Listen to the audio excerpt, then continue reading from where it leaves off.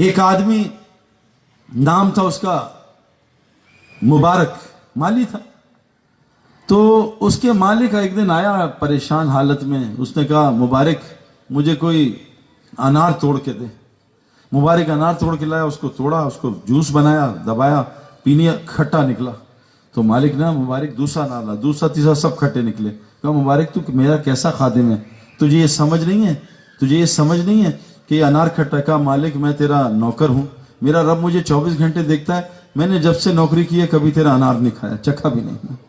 کہا تو میرا کتنا زبردست خادم ہے، چل تو میرے گھر میں نوکری کر. مبارک وہ جو آدمی ہے مبارک کو گھر میں لے گیا. پریشان تھا. کہا مالک تو پریشان ہو گیا، یار میری ایک بیٹی ہے بہت خوبصورت ہے، عالم ہے، سب کچھ ہے، سارے شہزادوں کے امیروں کے رشتے آ رہے، میں کیا کروں سمجھ نہیں آ رہی، کس سے شادی کروں. کہا مالک بہت آسان کام ہے، اگر تم نے یہودیوں کی نقل کرنی ہے تو مال والے تلاش کرو، اس نصارہ کی نقل کرنی ہے تو خوبصورتی تلاش کرو، اور رسول اللہ صلی اللہ علیہ وسلم کی نقل پہ کرنی ہے تو تقوی والا تلاش کرو. کہا مبارک تو نے تو ہمارا مسئلہ ہی حل کر دیا. کہا کوئی مسئلہ نہیں. بیوی کے پاس گیا، مسئلہ حل ہو گیا. دیکھو ہمارا مبارک کیسا خادم ہے، اس نے کیسی زبردست چیز بتائی. بیوی نے کہا چلو تلاش کریں. وہ کہا چھوڑ، کیا تلاش کریں، مبارک سے زیادہ کوئی تقوی والا ہو سکتا ہے. بیوی نے کہا کرو نکاح. اس نے نکاح کیا ایک مالی سے، سارا باغ اس مبارک کا، سارا باغ، ایک ہی بیٹی تھی، سب اس کے نام کر دیا. اور اس میاں بیوی سے ایک بچہ پیدا ہوا جو امام بخاری کے استاد کا استاد بنا، جس کا نام کیا تھا، عبداللہ ابن مبارک. کیسا اللہ نے بچہ دیا. اور یہ پتہ کیسا آدمی تھا عبداللہ ابن امام بخاری کے استاد. تو عبداللہ ابن مبارک کیسے بزرگ بنے، سنو دنیا کیسی ملی. حج پہ جا رہے تھے اپنی جماعت کے ساتھ، یہ راستہ ہے اوپر سے ملنے والا. آج مسلمان ایمان کمزور کی وجہ سے دکانوں میں پھنسے ہوئے ہیں. عبداللہ ابن مبارک جا رہے ہیں، دیکھا ایک بچی کچرے میں سے پرندہ اٹھا کے بھاگی. تو وہ حیران پریشان، اس کے گھر گئے، اس نے کنڈی لگا لی. کہا بیٹا یہ تم نے مردہ اٹھایا، حرام ہے.